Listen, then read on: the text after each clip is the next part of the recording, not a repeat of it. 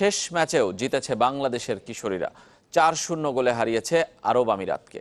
এই ম্যাচের ২ গোল সহ বাছাই পর্বে ৮ গোল করেছেন অধিনায়ক কৃষ্ণা রানী। গ্রুপ চ্যাম্পিয়ন হয়ে আগামী বছর সেপ্টেম্বরে চীনে অনুষ্ঠেয় চূড়ান্ত পর্বে খেলবে বাংলাদেশ। ম্যাচ শেষে মাঝ মাঠে এক কাতারে বাংলাদেশের কিশোরীরা, দল হয়েই উদযাপনের শুরুটা।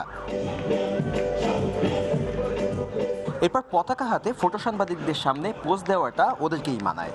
কথা রেখেছে কৃষ্ণা মারিয়া মার্জিয়ারা, অপরাজিত গ্রুপ চ্যাম্পিয়ন হয়ে বাছাই পর্ব শেষ করেছে। তাতেও শেষ হলো না উদযাপন, আনন্দে মাতোয়ারা কিশোরীরা ভিক্টোরি মার্চ করলেন। ম্যাচের গল্পটা আগের 4 ম্যাচের মতোই একচ্ছত্র আধিপত্যের। শুরু থেকে আক্রমণের ছোটন শিষ্যরা ডেডলক ভাঙতে অপেক্ষা মাত্র 3 মিনিটের।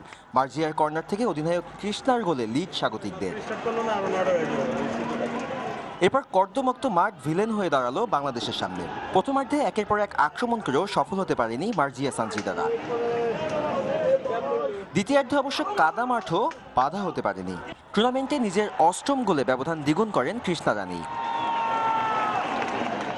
4 মিনিট পরে সমর্থকদের আবারও আনন্দে ভাসান স্ট্রাইকার অনুচিন। আর ম্যাচ শেষের 4 মিনিট আগে বদলি তহুরা আমিরাতের জালে গোলের হালি পূর্ণ করেন।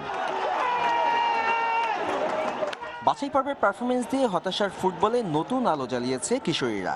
চীনের চূড়ান্ত পর্ব তাই অপেক্ষা নতুন সম্ভাবনা নিয়ে। সাদমান সাকিব, চ্যানেল 24, ঢাকা।